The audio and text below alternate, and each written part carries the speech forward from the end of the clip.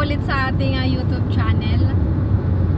So sa video ito po ay mayroon lang po akong sasagutin na tanong kung magkano ba daw ang pinaka net pay ng isang factory worker dito sa Poland at kung ano-ano yung mga kaltas. So ayan, nandito ako sa kalsada, pasensya na at wala tayong time sa bahay, nasa biyahe po ako.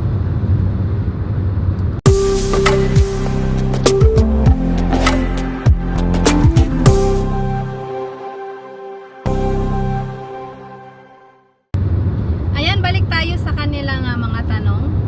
Ayan, ito nga yung kanilang tanong kung magkano ang pinaka net pay dito at mga kaltas. So ganito po kasi yon, halimbawa agency po kasi kami dito ha. Halimbawa yung company ay nagbigay ng gross, pinaka gross na 30 PLN. PLN po yung pera po dito sa Poland. 30 PLN po ang binigay sa aming mga agency. Tapos yung agency naman ay ibibigay sa amin per hour ay 23 na lang. 23 something. Dito po kasi sa akin 23.10. So ayun na po yung pinaka net pay ng per hour po ng sahod dito sa Poland. Doon po sa 30 na ibinigay ng company sa agency po ay bawas na po doon yung insurance, yung tax at mga health benefits po. Kaya po ang nakarating po sa amin ay 23.10 na lang ang pinaka neto. Doon sa 23 neto nyo na yon na per hour nyo 23 per hour, 23 something. Ang ibabawas na lang po doon ay yung sa accommodation po ninyo, may bayad po kasi dito ang accommodation. Nasa 400 PLN po. At saka yung pagkain naman po, kaya kayo na rin po ang bahalang mag-budget sa inyong mga sahod. Napakamura naman po ng dito mga bilihin, hindi po kayo mamumroblema sa sa mga presyo ng mga pagkain dito, ay napakamura po. Kasi itong Poland po ay dinadayo nga po ito ng iba't ibang bansa para lang mamili, katulad ng Germany, ng basta iba't ibang bansa dinadayo itong Poland na to para lang mamili ng pagkain dahil nga ay napakamura. So ayun po, katulad nga ng sinabi ko, per oras po ang binabayaran dito. Nasa sipag nyo na po ang inyong pag-angat ng oras, kung ilan ang mamimit nyo sa isang buwan. Kapag kayo ay pina-OT, go lang ng go para lumaki ang inyong oras sa loob ng isang buwan. At ang kadalasan ko nga pong namimit na oras sa loob ng isang buwan ay 250 pataas. So nung nakaraan kong ang buwan ay 274 ang namit kong oras. So ita times nyo lang po yun doon sa pinaka neto nyo po na 23.10. So ang lalabas ay 6,300 PLN.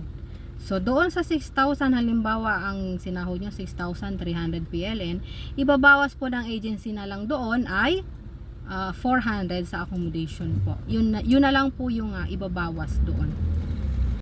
At hindi lang po yun. Ang napansin ko nga po kasi dito sa aking napasukan, yung mga lalaki mas malaki po ang kanilang sinasahod.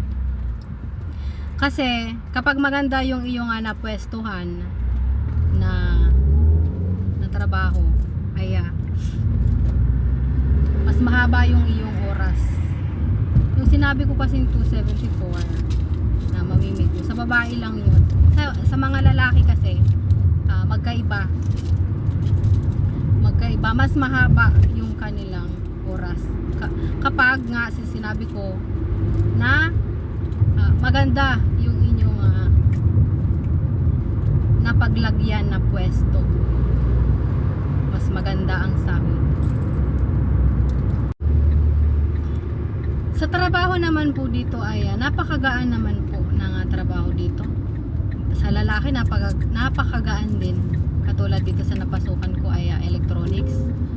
Puro machine po ang hawak dito. At napakagaan po. Ayan, so sa mga nagtatanong naman po kung ano yung agency ko dyan sa Pilipinas, ito po siya. Paki-search nyo na lang po at makikita nyo naman po yan sa Facebook. Ang pinaka-official page po nila ay makikita nyo 20k likes. Yun lang po ang inyong i-click kasi marami po yung pagkakatulad. Yun po ang pinaka-official page nila, yung 20k likes. At makikita nyo na rin po doon yung address kapag na-search nyo. Makikita nyo na doon kung nasaang banda. Pwede po kayo dyan mag-direct para mag-apply. At kapag na-search nyo naman, makikita nyo may post sila doon sa amin nung time po na umalis po kami sa Pilipinas. Makikita nyo ang aking pagmumukha doon na napakapayat. Ayun po. Hanggang dito na lang po ang aking video. Maraming salamat po sa inyong panonood. Ayan, maraming salamat po ulit sa inyong panonood. Sana'y nakapagbigay po ako sa inyo ng kaunting kaalaman ng tungkol po dito sa Poland. Ayan, sa may mga katanungan pa po, comment nyo lang po at gagawan po ulit natin ng video. Maraming salamat po. Bye-bye. See you in my next